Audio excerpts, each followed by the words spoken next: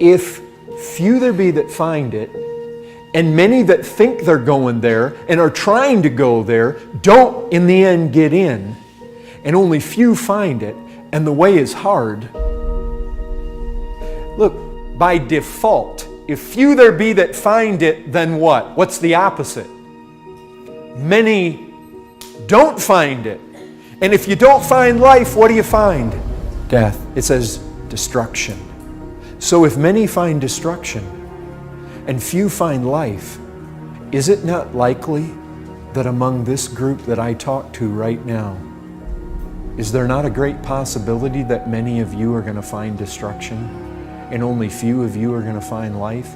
Is that not consistent with what Jesus is teaching there? Is that not concerning? Does the word destruction just kind of go over your head and through your ears and off your back as just a light matter? Let me describe destruction for you. You know, Jesus gave us the most vivid descriptions. He called it outer darkness, a place of torment, a place of weeping, gnashing of teeth, a place of fiery furnace, a place where the smoke of the torment of the people that are there go up forever and forever. It speaks about the fury and the wrath of God the Almighty. Do you know why there's weeping there? Do you know why some of you will weep there? Some of you that hear my voice will indeed, I have no doubt, weep in that place for a variety of reasons. But one of them is this. Listen, you know the devil fell. The devil was an angel. The devil and a third of the angels of heaven fell into sin. And do you realize this? When they fell, that was it. Their judgment was final. Do you realize you were not the first to sin? The devils, the demons, they sinned first. God never sent them a Savior. God never sent them a way of escape. God never sent them a remedy for their sin.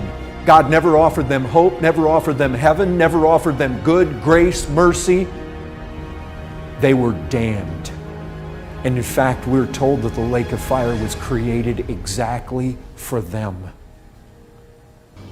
Do you know one of the reasons that some of you will weep in destruction the way you will weep?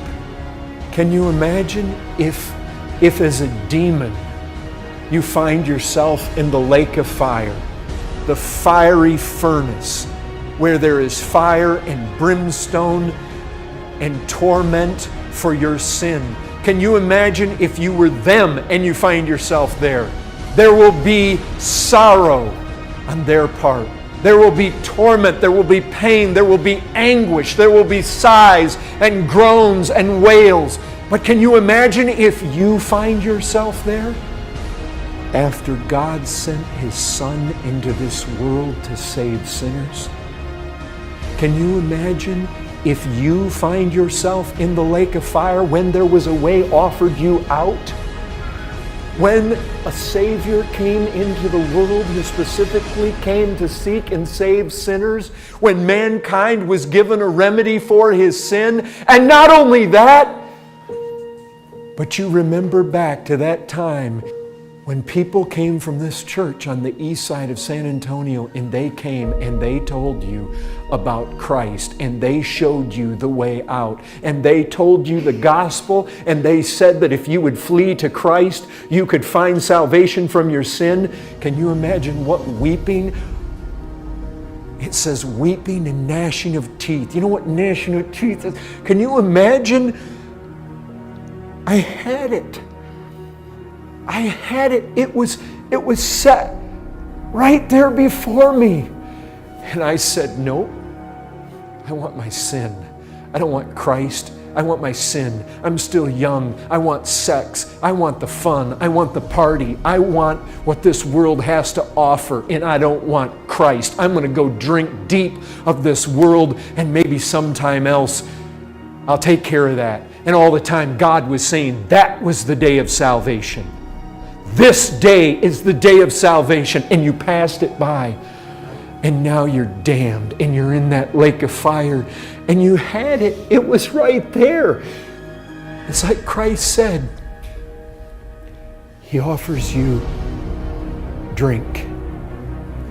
And He says, if you will, He says, drink the water of life. Drink it freely, freely. Come take it. If you will, whosoever will, come and drink. And you will grind your teeth at the thought, what a fool I was. And you will weep, not only because you were a fool, you will weep because eternity will be placarded over everything. Your torment isn't for a moment. You know what it's like when we get sick? You know what it's like when we get injured? There's always this hope. God created our bodies to heal. Well, I won't be sick for long. I won't have to suffer for long. Even if I'm experiencing this pain, the pain goes away. You get the cut, you get the break, you get the scratch, you get injured, the sprain. It heals. But in hell, there is no healing. It's forever and forever and forever and forever. Few there be that find it. And behold, I come quickly, and my reward is with me, to give every man according as his work shall be. I am Alpha and Omega, the beginning and the end, the first and the last.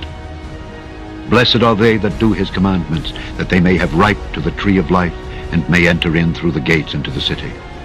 For without are dogs, and sorcerers, and whoremongers, and murderers, and idolaters, and whosoever loveth and maketh a lie.